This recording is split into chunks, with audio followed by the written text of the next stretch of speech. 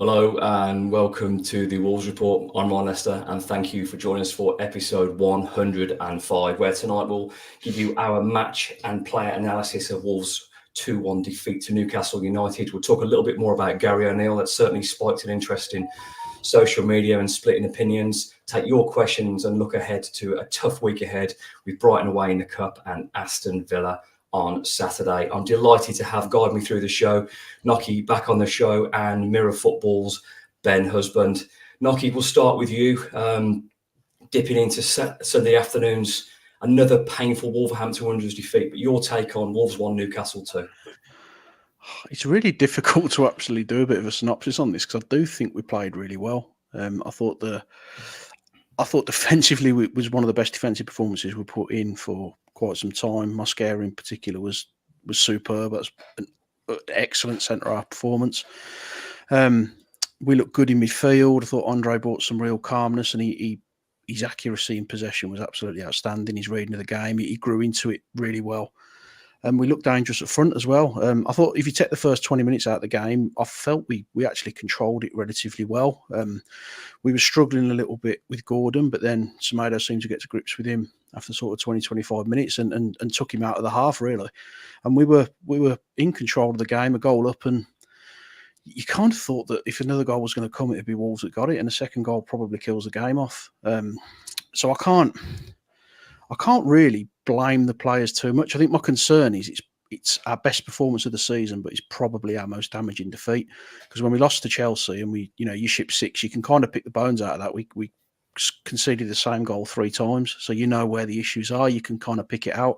When your team have played that well and lost, it becomes a real concern because you're not going to keep playing well and losing. At some point, you're just going to start losing, and the confidence is going to get sapped. So I thought that the performance was good. I'll be honest, I'm looking at O'Neill for the result because I think the substitutions were abysmal. I thought they were absolutely abysmal. I understand that they may need to make the changes. Semedo looks like he's struggling. But the substitutions brought on just really took us a step backwards. They made 3 positive substitutions and they won the game. O'Neill doesn't seem to have the ability to do that at the moment. He can't affect the game. He just doesn't seem to be able to do it. I thought when Juan came on, he was an absolute passenger. Doherty came on and for me cost us the second goal. It's an outstanding strike, but why on earth you'd show a player inside of Barnes' quality when you know that's what he's going to do? I can't understand. And Doyle, I thought I'm not a huge Tommy Doyle fan, if I'm being honest. I think he's a bang average player, and he didn't give us much either. So it was tactically poor, and to concede the way that we did, 2 really soft goals. The first one, there's not a lot you can do about that, but what you can do is Lamina should be out shutting down the angle before he gets the strike away. He's got plenty of time to do that. The second goal is a cock up as well. But if you're losing, 6 out of 7 at home, there's a big problem. And I think tactically is where we're getting caught out at the moment, because you can pick the bones out of things, but I can't massively fault the players for their application effort and what they put into the game, because I thought they were pretty good, in all honesty. I mean, I'm the same as you, Nocky. Obviously, if you're a goal up, Ben, and with 15 minutes to go, you're looking reasonably solid. But then a player that's done 3 long-haul flights, played 2 international games, a guy that's probably the best player on the pitch, I would say, for an hour, he runs out of gas. It just went bad from there. But it is a little bit this on O'Neill, because I think there's a huge chunk of misfortune as well as a couple of things we could have done better. Is that fair? Yeah, I mean, the first goal's unfortunate. I mean, I've seen it again, and there's still 11 players behind the ball, which increases the chances of it hitting one on the way in. I felt like Wolves just sort of creep back. I think they had that little spell where Strand Larsen hit the post. Then there was another chance down. I think it hit Pope's arm rather than the post, but it was another good chance. And Wolves collectively sort of felt after that spell, once the legs had started to go a little bit, that it was, settle for what we have. And I'm probably a little bit different in the fact that once those chances had come and gone, I was fairly sure that Newcastle were going to score at some point. I just didn't see Wolves holding out for the rest of the game. And yeah, it's unfortunate, but those goals don't happen to better teams. I know that sounds silly because obviously deflected goals happen for everyone. But there's a reason that they happen to teams that sit deep and camp. I mean, there's looking back at someone like Connor Cody, he had, probably 6 or 7 goals that went in off him because of the way that he defended. He was that type of defender. Wolves went deeper and deeper. And I mean, once the equaliser went in, we'll talk about this in a minute, but the players looked shocked to me once that equaliser went in, and it was just when Newcastle were going to get the winner. But I don't want to be a complete victim to the result, because there was really good passages and there's still things to be positive about. I think most realistic fans knew how difficult this start was going to be. There was probably a couple of games where we might have earmarked, including yesterday, to get a result. Some would have looked at Chelsea and thought that that's a result that we should be getting as well. But this was always going to be a tough stretch. We've got to get through it. I'm concerned about fitness levels as much as anything else as well. I know it's been a bit of a bitty start to the season with international breaks as well, but the least that Wolves should be is fit and ready to go. And I just thought, I don't blame Andre for it at all, because obviously he's had as you've mentioned, long-haul flights, international football, only played a couple of training sessions for the club as well. But I expect that to get nailed down now, because that's what Wolves have to have if they're going to start picking up results. Yeah, it's a bit of a strange one with the fitness, but I don't know who the players are, but I was made aware there was a couple of late fitness tests. Obviously, I think Totti wasn't with because of his hamstring, and I think there was someone else. Remember, Mario came back from international duty injured. Nori came back, Andre. That's 30% of your outfield that probably aren't at 100%, and already that's against a team, physical, fast team against Newcastle. I'm not making an excuse. I'm just trying to find some reality of why it was like that. But when your best player is running the game and he runs out of gas, obviously it's going to be a big change. And no disrespect to Tommy Doyle, he's not Andre, is he, with particularly the mobility. But we trying to stand a few positives. I think Wolves did a lot really well. Now, I talked about this before. Where is he going to fit in? It did start out as it looked like a 4-3-3, but they sort of seemed to switch it round with Mario and Cunha. But I like the midfield. I like the shape, and I've got to be honest. I don't. You make your own looking football. I don't think any team deserved to win that game. I'm not sure anyone deserved to lose. And for me, it's misfortune, because I think we protected the keeper pretty well. I mean, he was a bit ropey with a couple of the kicks, but overall, I thought the midfield and the defence did pretty well. I mean, saying 2 goals, you don't think that, but when they're 2 goals outside the box, it tells a story. Yeah, it's really difficult, isn't it? Because you can rip into players about conceding goals like that and performances, but when you can see that it's hurt them, and because I wasn't annoyed about it yesterday, I was really upset by it, because I just didn't think we deserved to lose the game. When the players are putting everything in, which clearly they are, it's frustrating. But we just seem to have forgotten how to win football matches, and we hit the panic button really quickly. I mean, we just seem to capitulate when we concede a goal, and it happened against Chelsea. It's happened again today. And I know a lot of people are saying you shouldn't hark back to last season's results, but it's absolutely relevant, because it's that same mentality. We've got this losing mentality now, and that's carried over from last season, because we're so used to getting beat. We're not winning games. We limped our way to the end of the season, and there is a real sort of loser mentality about us at the moment. And they lost Alexander Isak, who's their one of the best strikers in the league for me. They lost him. We're winning, we're cruising.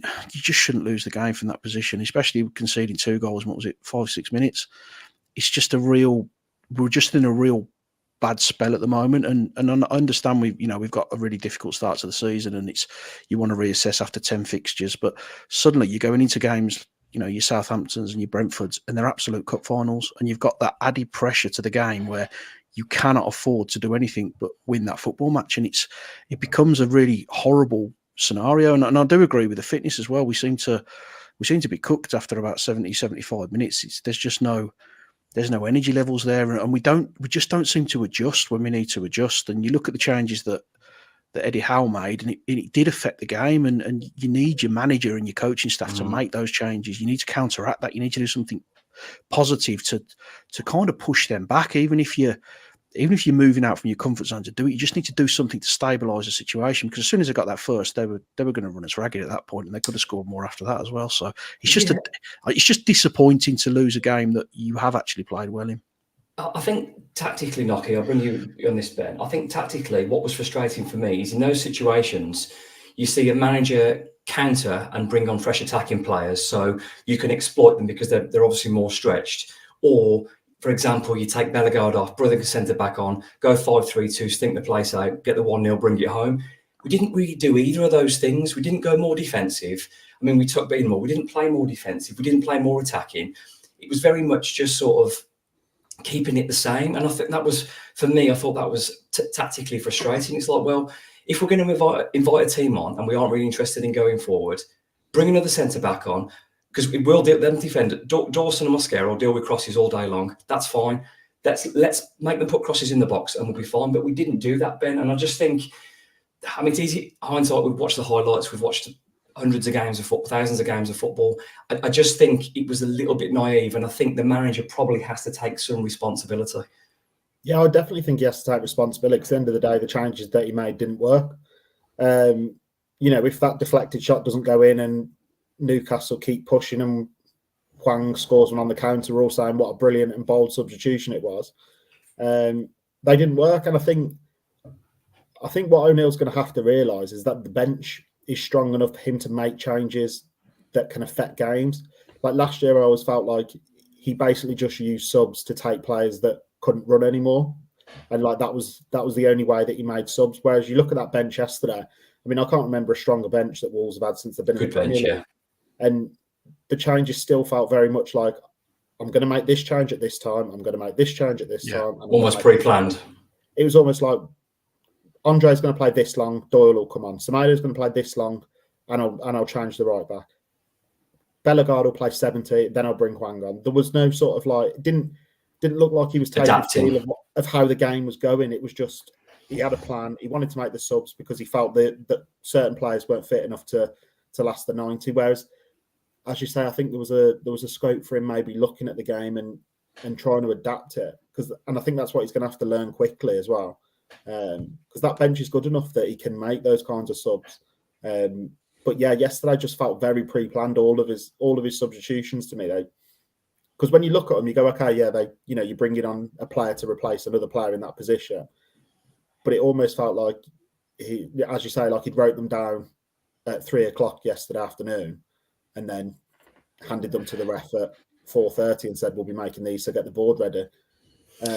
Yeah. Do you think though, Ben, there might be some trust issues with some of the players in terms of the jobs they want them to do? Because I know, I mean, some of the questions are about this, and I know he's very much a player that split the podcast, but Hwang being the first sub on, it doesn't make any sense to me. I respect Hwang's professionalism, his work ethic, genuine good guy, does his best.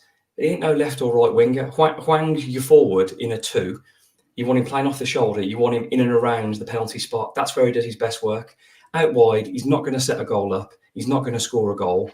I don't know really what he contributes. He works hard there. It just seems really strange. Yeah, I mean, you think someone like, I don't know what's happened, but something's clearly happened with Rodrigo Gomez, but he'd be the type of player that you'd love to bring on in that situation. There was a couple of Newcastle defenders on yellow cards as well. Yeah. Because he's someone that will carry the ball. Hwang doesn't really carry the ball. I know he's got good legs and he works well off the ball, and he works hard for the team and does stuff that maybe the layman doesn't always appreciate, but he's not going to put any fear into them, in my opinion. I know he's got a decent record against them.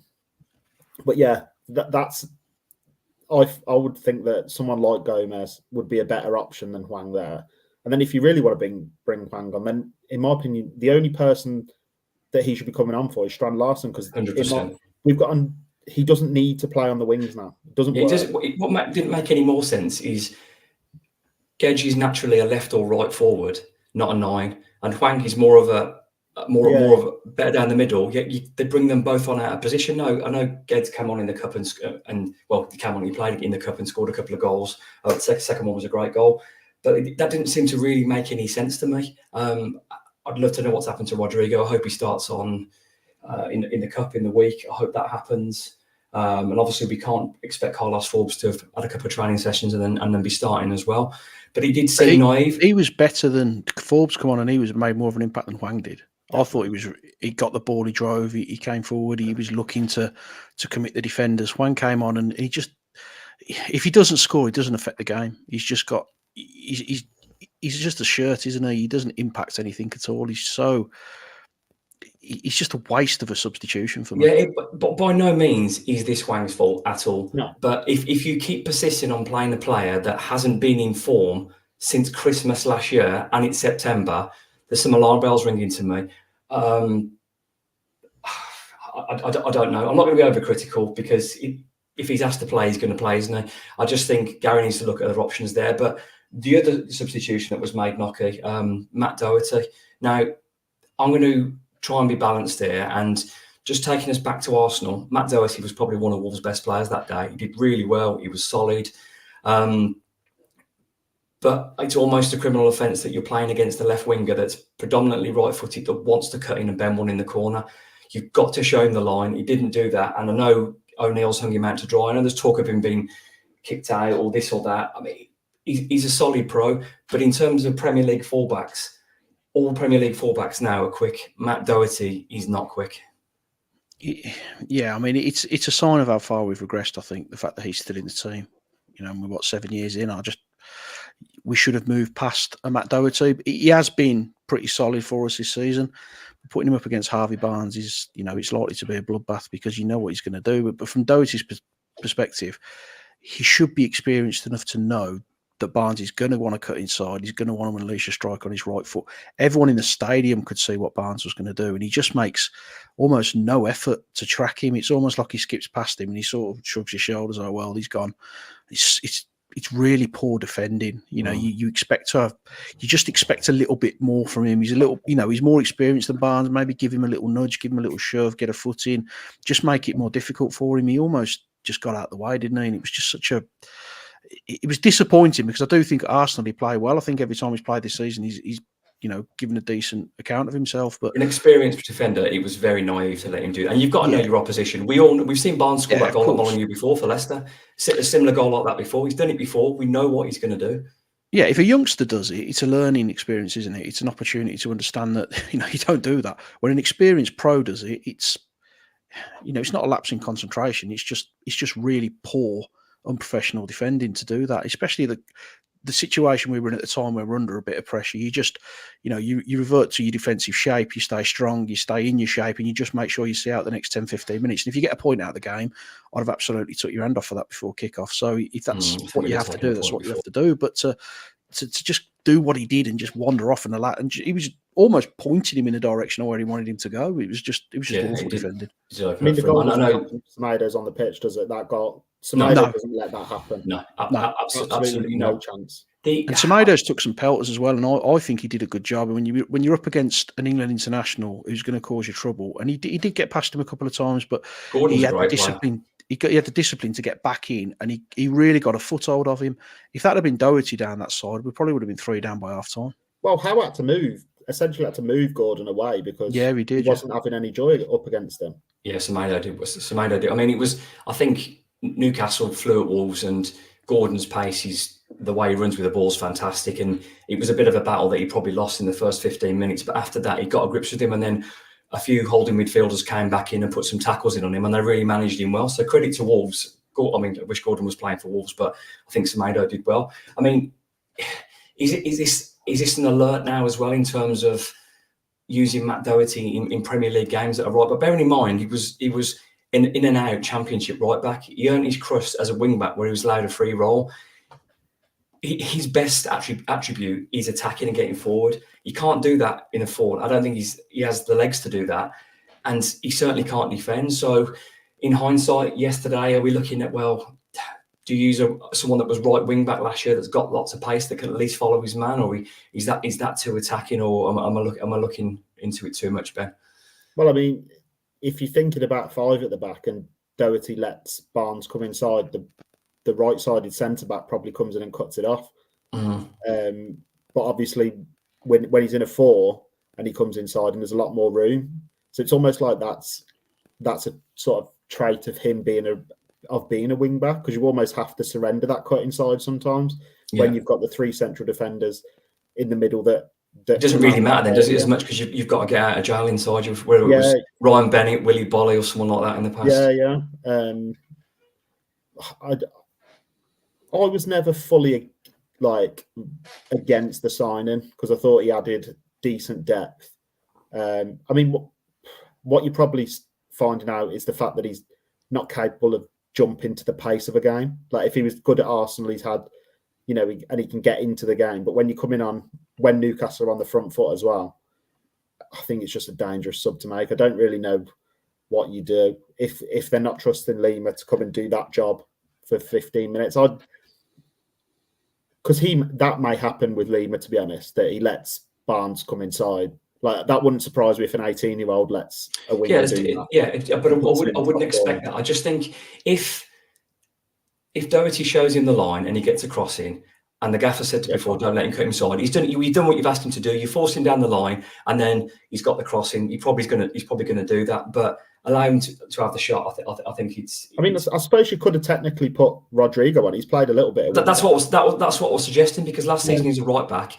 He's aggressive and he's got bundles of pace. People then say, well, but if you went three centre backs and Rodrigo was there, that's his position. He's played half of last season, and he's got the legs to deal with most people. So let's move on to. We'll go through. Actually, we'll talk about the goal first, because that's one of the positives before we talk about some of the stuff.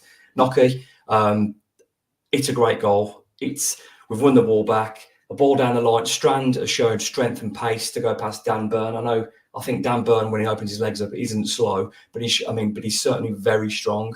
He's done well to get past him. The awareness for João Gomez to do a little hop over and Mario, but Nocky, the most pleasing thing for me about that goal was the fact it was the two centre midfielders that were played a big part in the goal, and that tells me that this system can work. Yeah, I was raging when he stepped over it, because my angle, he looked like he should have finished it, but it was a stroke of genius. It was a fantastic goal. I thought for the first sort of 10, 15 minutes, Larsson didn't look like he was at it. He looked like he was being bullied out the game, and then suddenly he just got a grip and he started putting himself around physically and creating a real problem for him. And I thought his movement was excellent, and to pull off Dan Burn the way he did, and he just gave him a little shoulder to give himself a yard, and he got himself into the right wing, and it's. Plays it through the legs, lovely step over, and Lemina's tucked it in. But it's something that we're not really used to. We've seen how midfielders bomb forward, so it's definitely something that can work in this team. And it was an excellent goal. And Larsson's all-round contribution, I thought, was really positive. He could have got himself a couple of goals. I don't think he can do a lot more with the two chances he's had. I think he's done as much as he can. But yeah, he was really influential in that goal, and it was good to see, because we've been desperate for a player like this since Raul, really, since his injury. Yeah, I like him. Ben, your thoughts on the goal before we move on to the individual performances? Yeah, I completely agree with what Nocky says. I've been really impressed with Larsson. I'm desperate for him to get a goal in just to get moving, and because I've been really impressed with him. I think he's done a really good job. Obviously scored against Chelsea, didn't he? Another assist yesterday. We don't count that game anymore. Though. Yeah, I've sort of wiped it from my memory. I just wanted to start, because I feel like from the outside, people go, Wolves still haven't found this striker. I think they actually have. I've been really impressed with the early returns, and I think he'd be a good player. And I think definitely particularly Gomez. I think Gomez has now got that full trust in Andre that he can bomb forward, and he has no issues because he knows what's behind him. Yeah. Because the way that people from Brazil talk about Andre is like he's world class.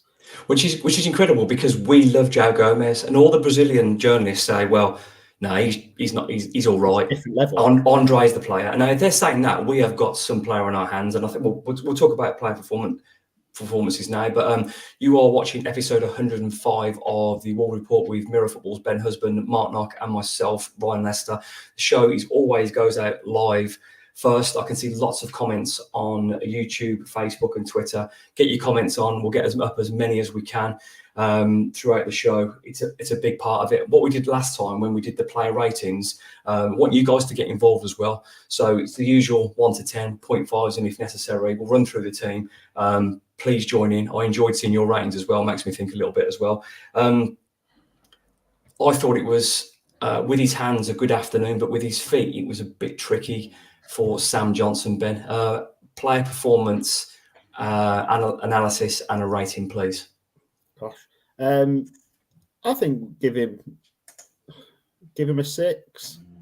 I don't think he had a chance with either goal. First one's deflected. Looked a bit suspect with his feet, which is basically the review that we've got. I think he's still settling in. But yeah, I thought he was all right. Are you giving him a what out of 10? I'd give him a 6. Yeah, I mean, Nocky, that's fair, isn't it? There was a couple of heart attack moments. No, he can clearly pass a ball and kick a ball. I think he has a cleaner connection than Sarr. I know Sarr would drive you mad because he'd start dancing around doing silly things. And Johnson now is like, he's so relaxed. That was a concern, but I'm not sure he did much else wrong. Yeah, he's a 5 for me. I've got to be honest. I think 3 times he cleared the ball against a Newcastle player, and we got away with it 3 times. He didn't have a great deal to do. He did make a couple of stops. Couldn't get anywhere near the goals. It's early days. He's settling in at the moment. Don't see him as an upgrade on Sarr. Yeah, it's an interesting one. Tomtastic Wolves gives him a 6.5. I'd probably say. Yeah, I'll probably say a 6. But moving on to Ryan Ait-Nouri, got a booking, but he actually played like a solid left back for me, Knocker. I thought he had a good game.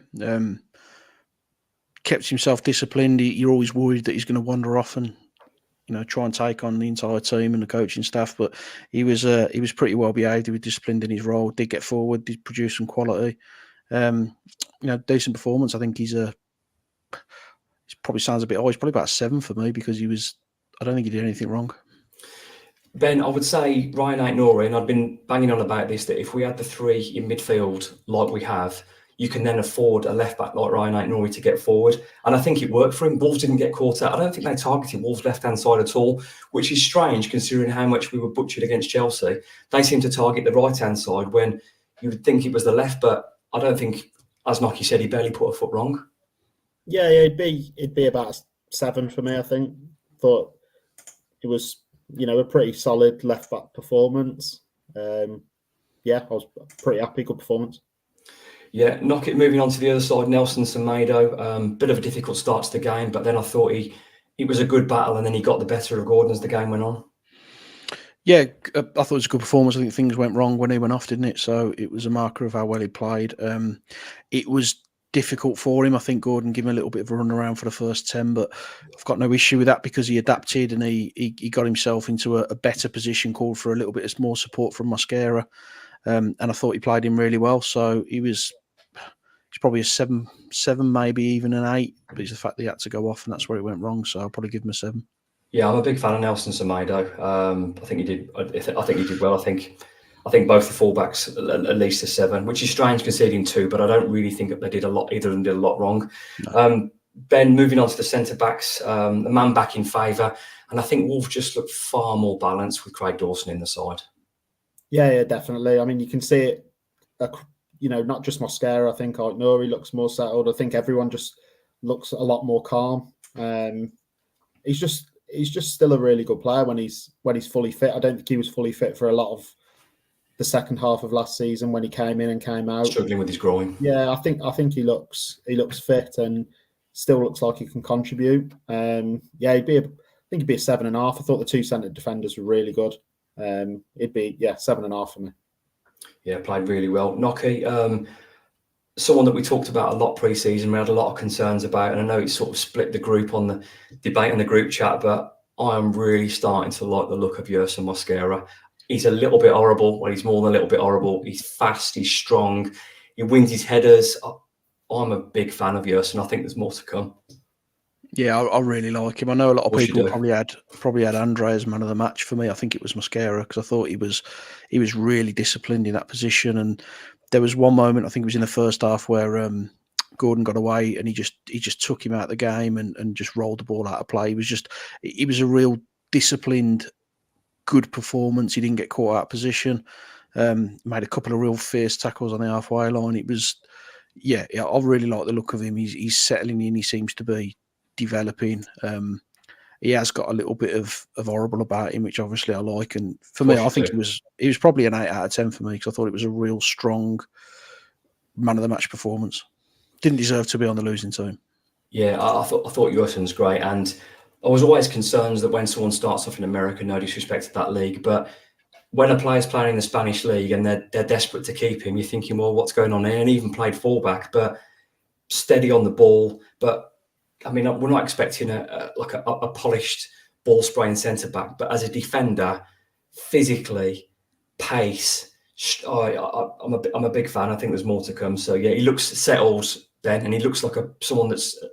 I mean, it's early to say, but you almost would say he looks like a seasoned Premier League centre back.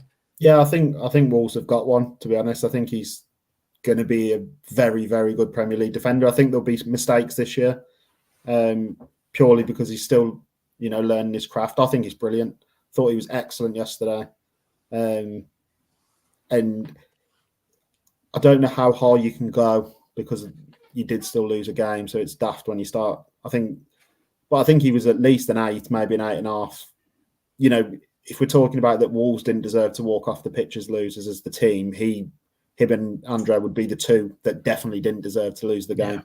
Yeah, looks a player. The only thing I want Yerson Mosquera to do now is sign a new contract, because I think there's regular Premier League minutes. People will start talking.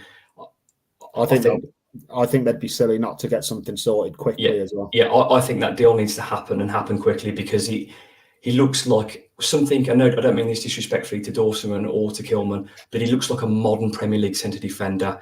Big, fast, strong, aggressive, no messing around. Yeah, big fan. Get that contract signed.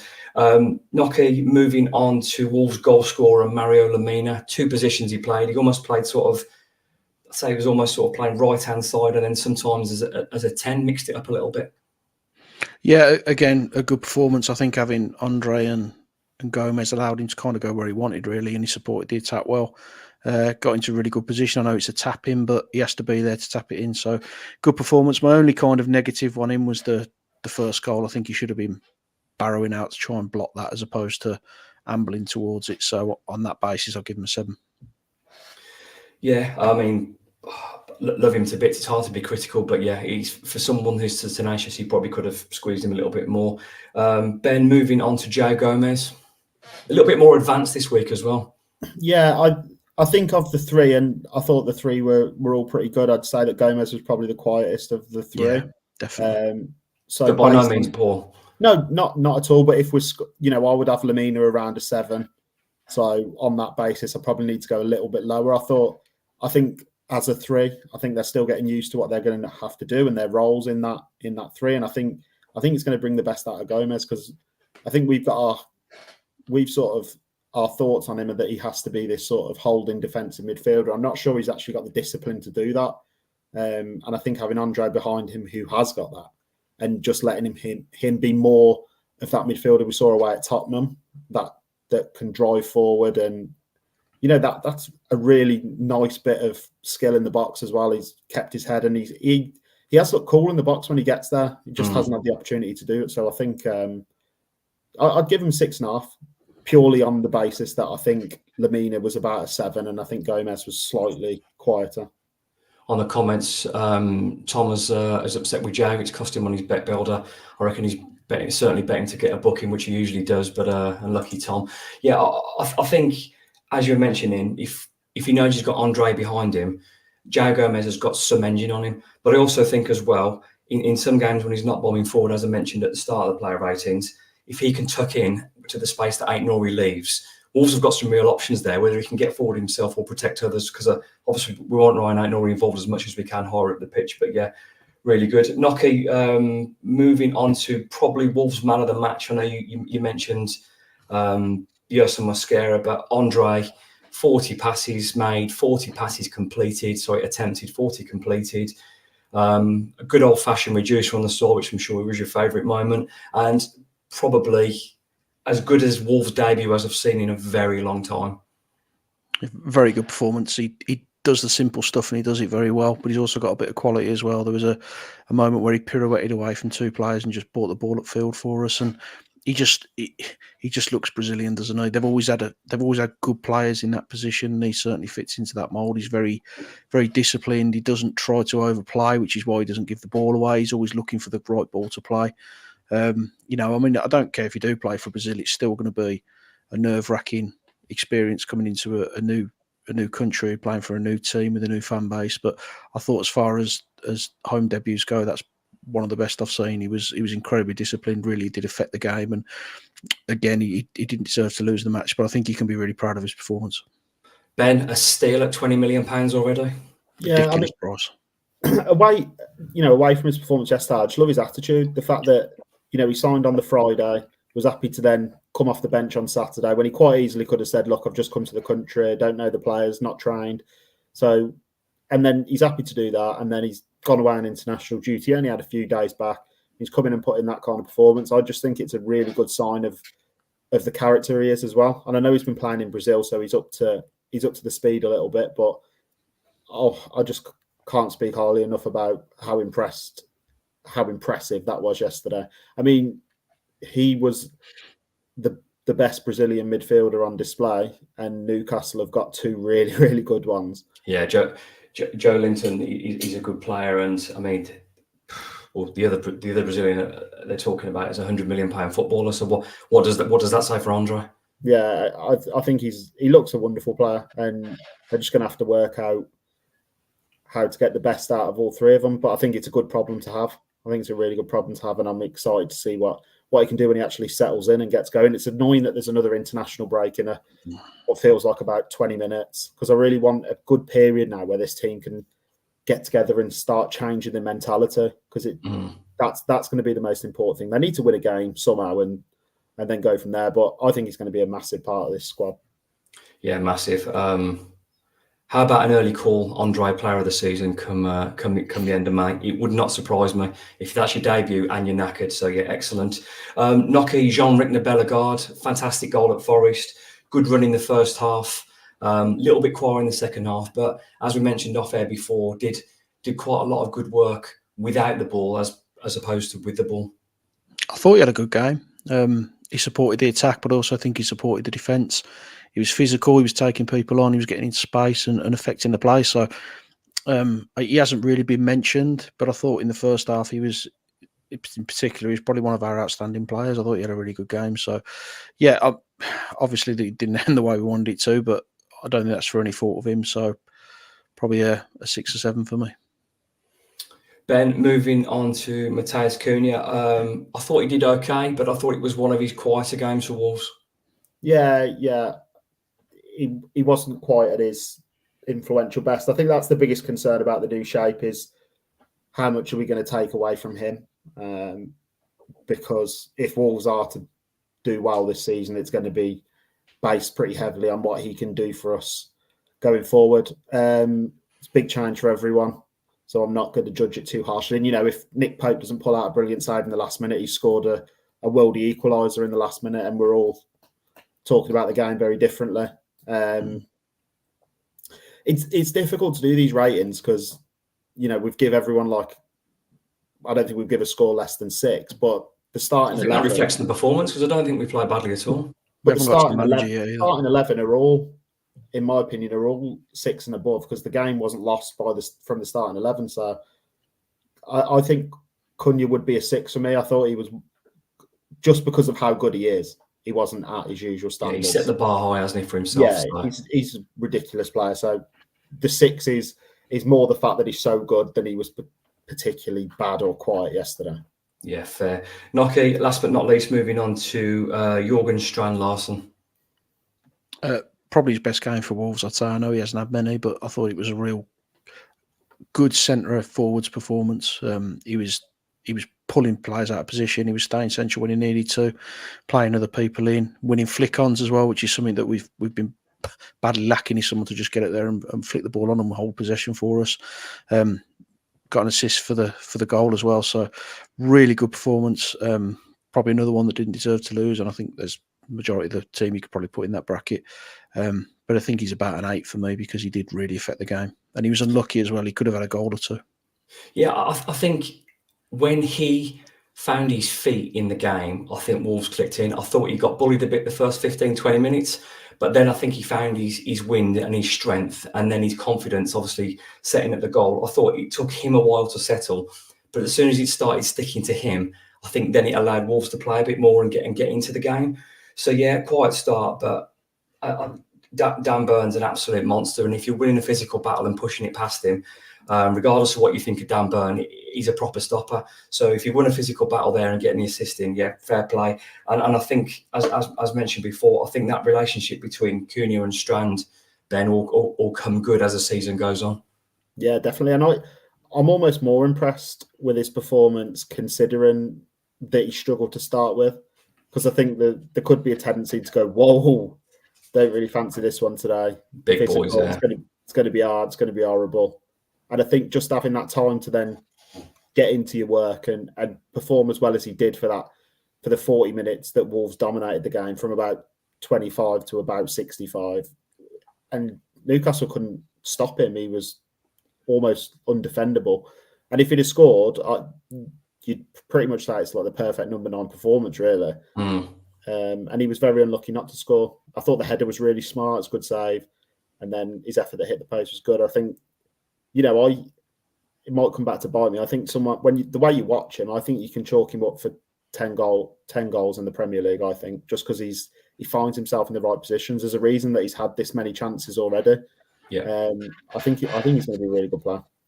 Yeah, they were comparing him to Haaland. Sorry, Roy, they were comparing him to Haaland on Match of the Day. So yeah, if he's 20% of Haaland's goals, I'll be happy with that coming end of the season.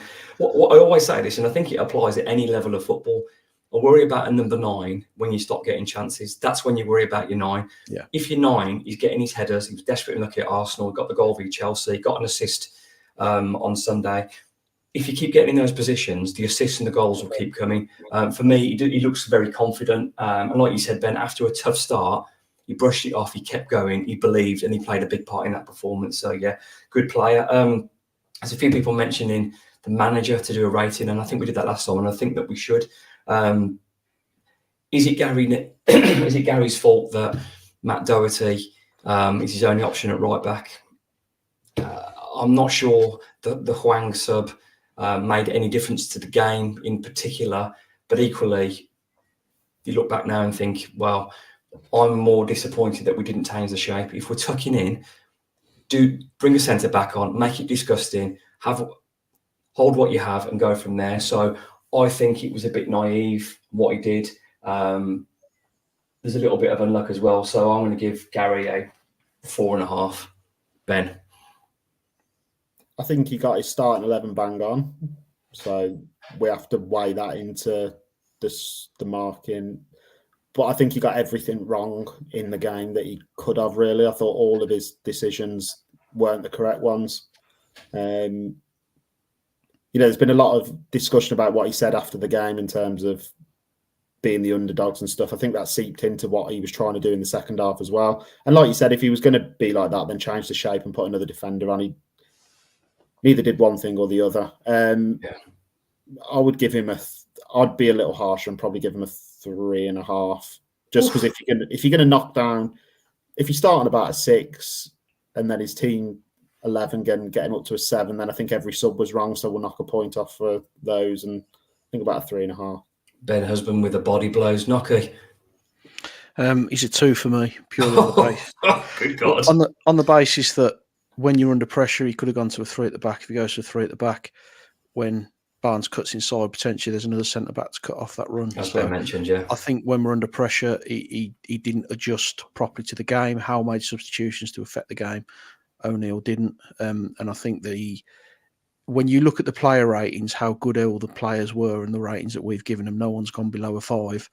That tells me that they probably played well despite the manager, not because of him. So for me, I think that he's responsible. He takes the majority of responsibility for that defeat. So it's a 2 for me. Yeah, and that's fair. I think tactically he was outdone. The half-time changes by Howe give them a different dimension. We didn't react to that. We kept inviting them on.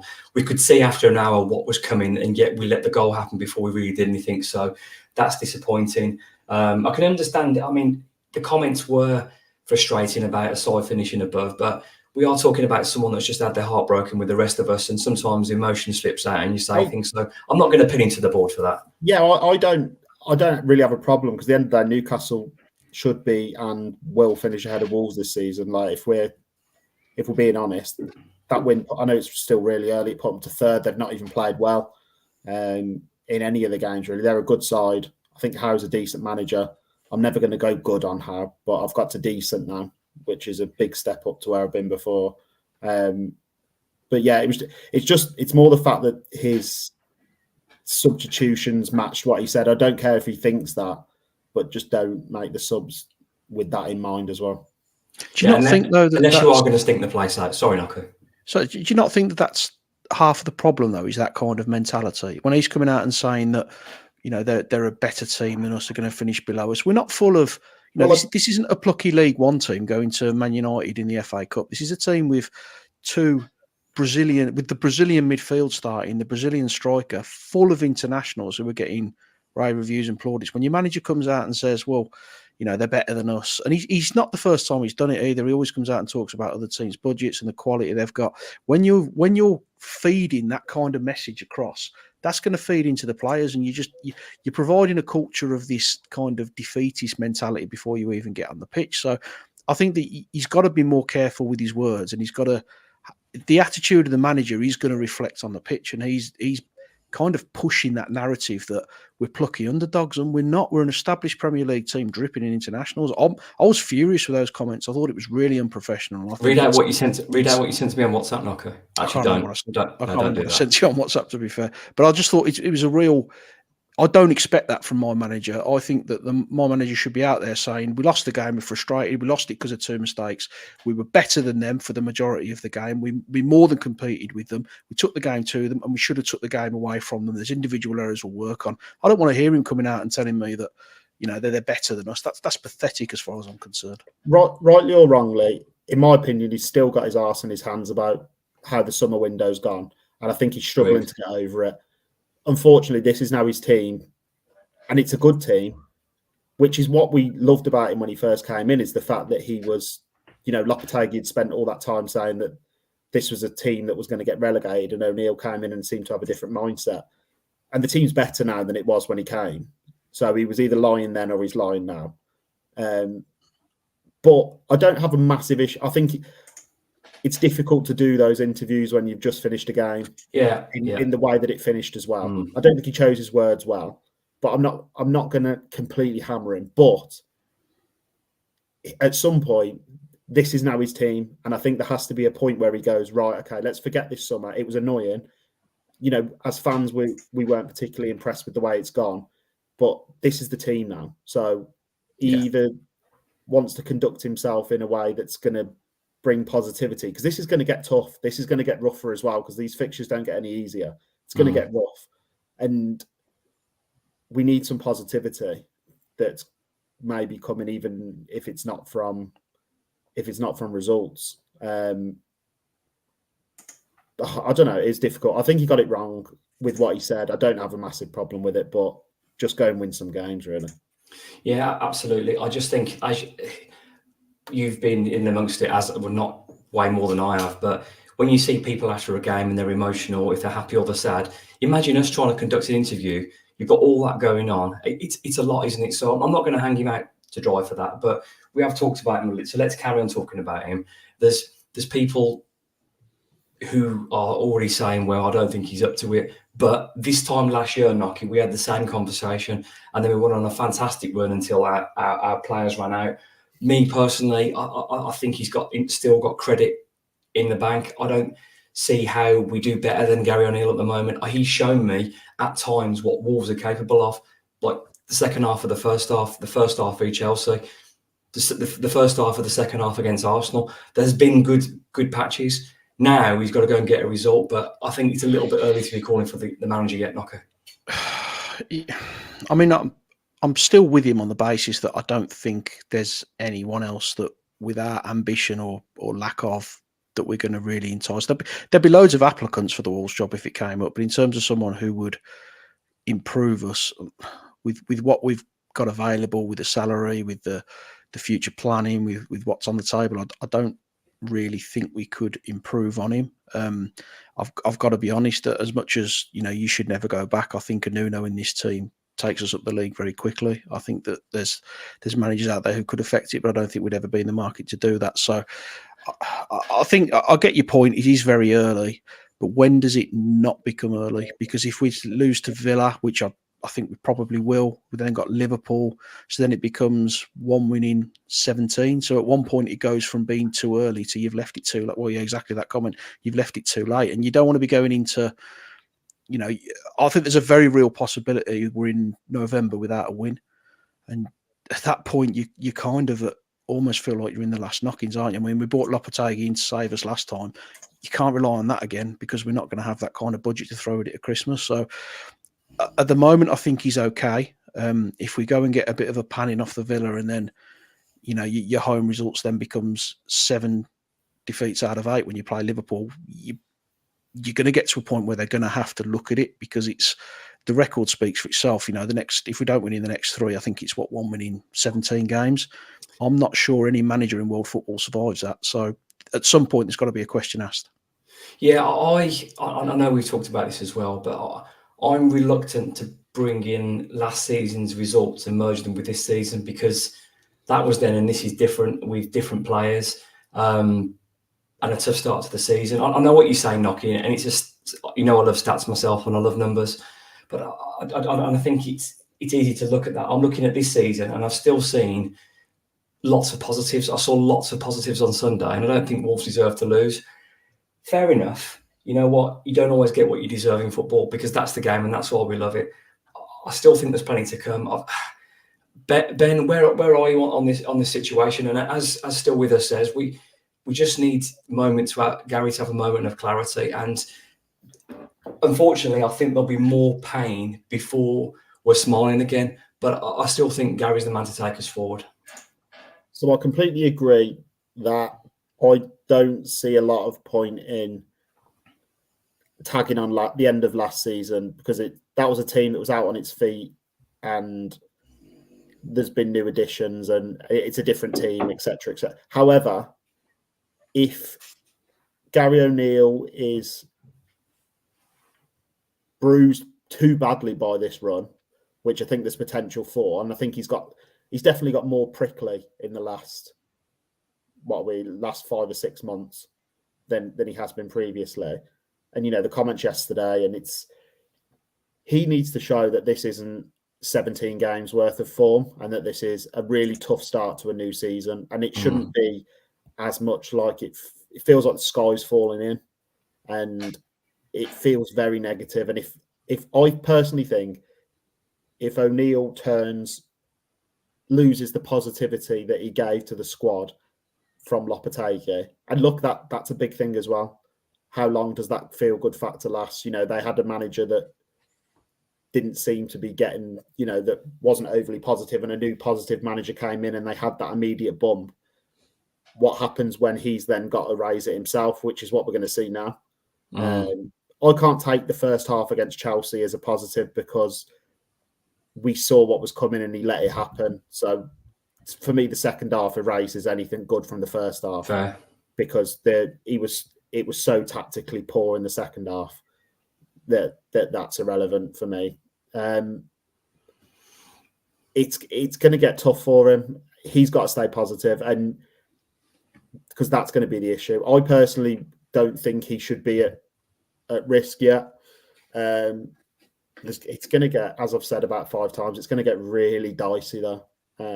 Yeah, I think so. I mean, we need to pick up a result from somewhere. Yeah, we need. I mean, even if it's a disgusting, dirty win, which for me should have been on Sunday, tuck in, make it horrible, frustrate them, because they were getting frustrated, but we didn't see it out, and I think we're a little bit naive. But even if you take out, I mean, let's forget last season's end of season form. Let's forget that. We've still lost 3 of our first 4 matches, which I believe is our worst start since we came up with Dave Jones.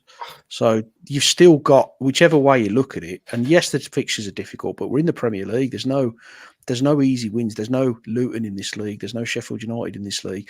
This is a more competitive league than we've probably been in for a few years. So it's still an appalling start to the season. So I don't want him sacked. I'm not saying I want him sacked, but I feel like his credit in the bank is slowly starting to diminish now. And I think if we if this carries on into November, I do think there's going to have to be serious questions asked. Well, we've literally seen this happen before, haven't we? This is almost identical to what happened to Bruno Lage, and he didn't have the ability to turn it back around once it had gone. And that's what we're going to see now. That's a really important stretch for Gary O'Neill's career.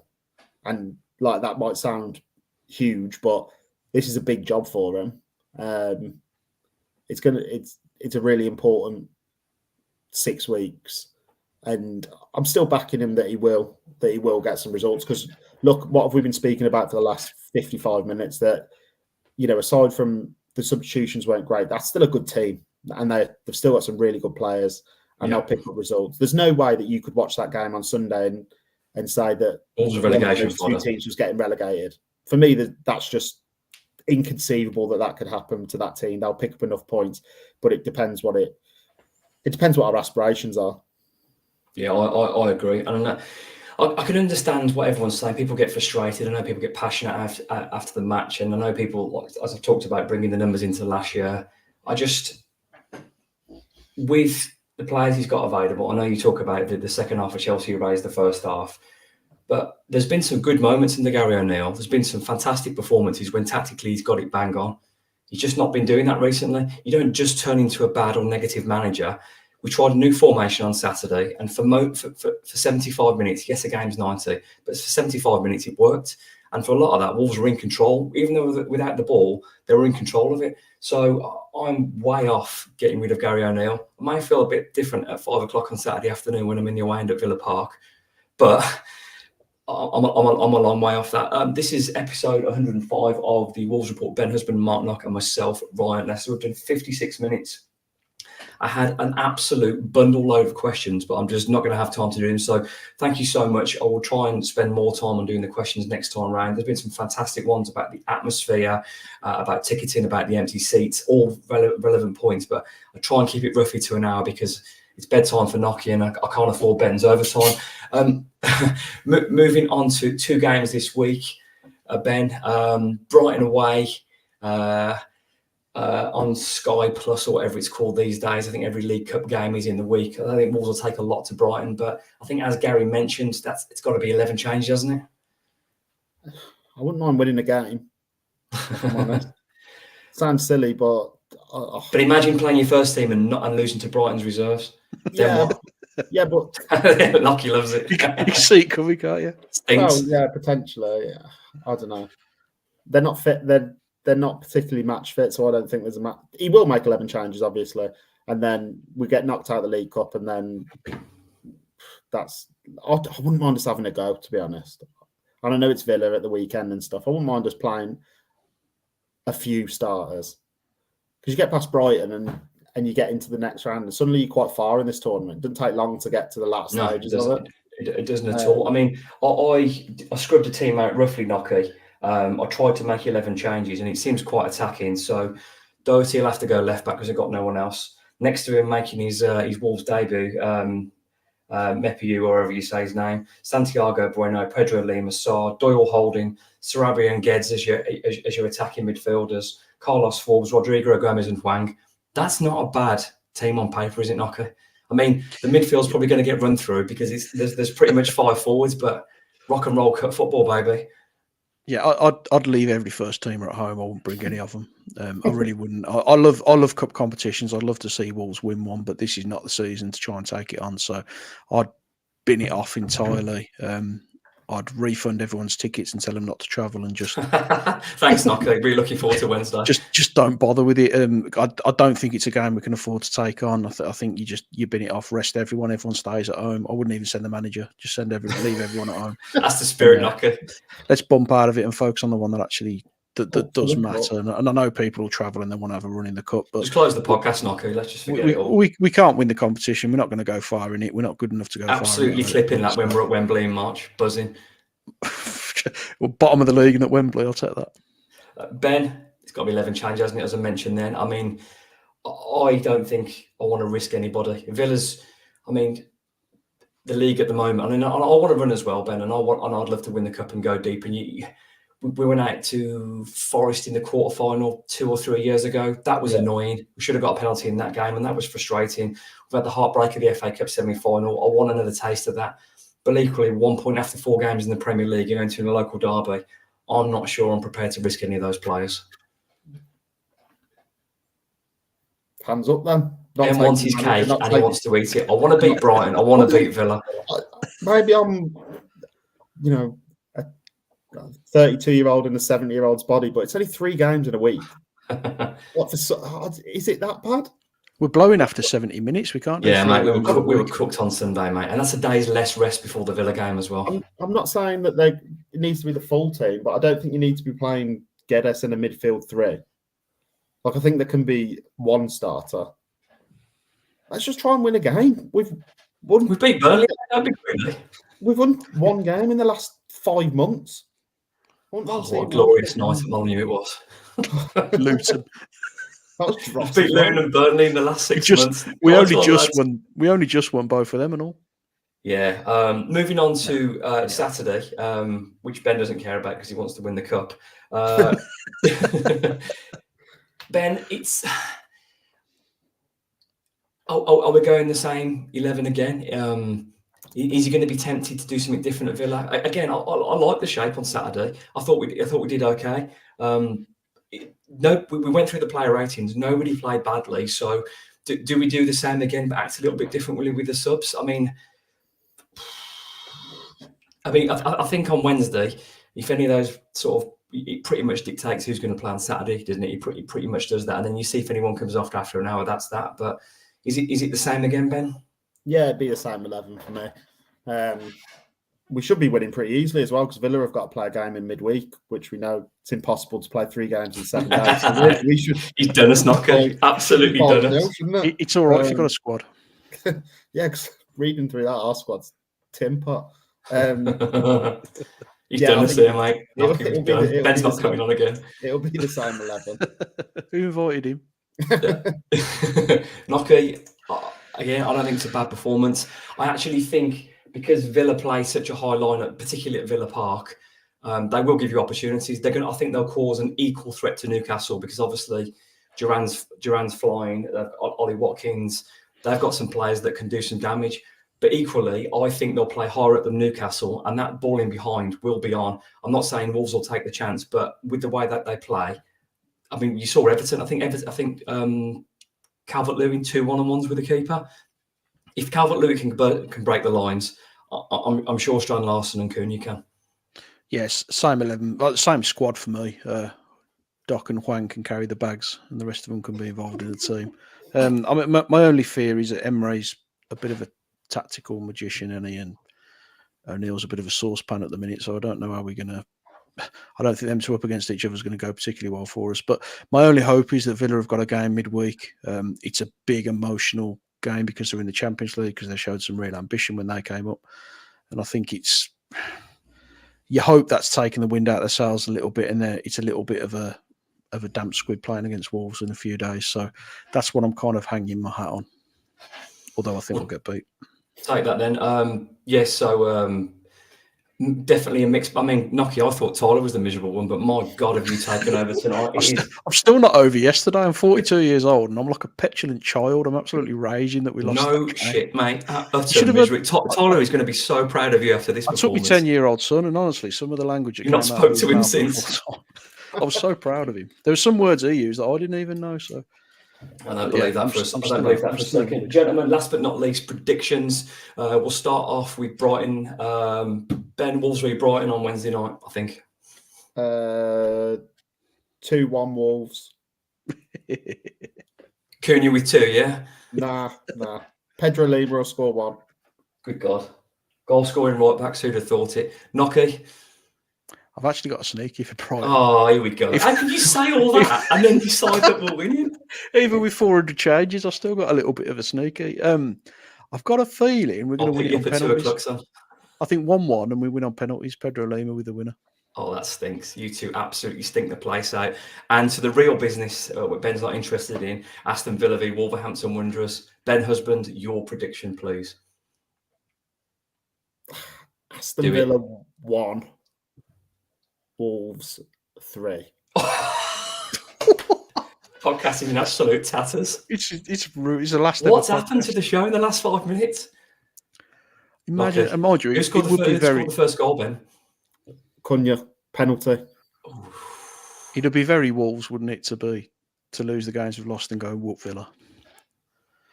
However, Batman's worth. It pains me to do it, but I think Villa will win 3-1. And I also think we'll take the lead and have our heart broken later on again. So God, you two absolutely stink. I think João Gomez with the opener, and then we lose 3-1.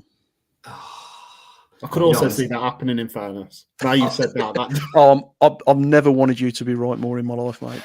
But no. So in a week, I'm going to go with Wolves win on penalties after a horrendous 0-0 draw because Ben's played all the centre backs, and on Saturday, I'm going to go with, you're going to love this one, Knocker. Wolverhampton won, Aston Villa 0, Wolverhampton 1, Wanderers 1. And guess who scored, Knocker? I'm going to go for, it's probably Cunha. It's always Cunha. This has been episode 105 of the Wolves Report. Thank you so much to Bez husband, Mark Knocker. I've been your host, Ryan Lester. Up the Wolves. I'm off to Brighton by myself. Up the Wolves. Sounds fun.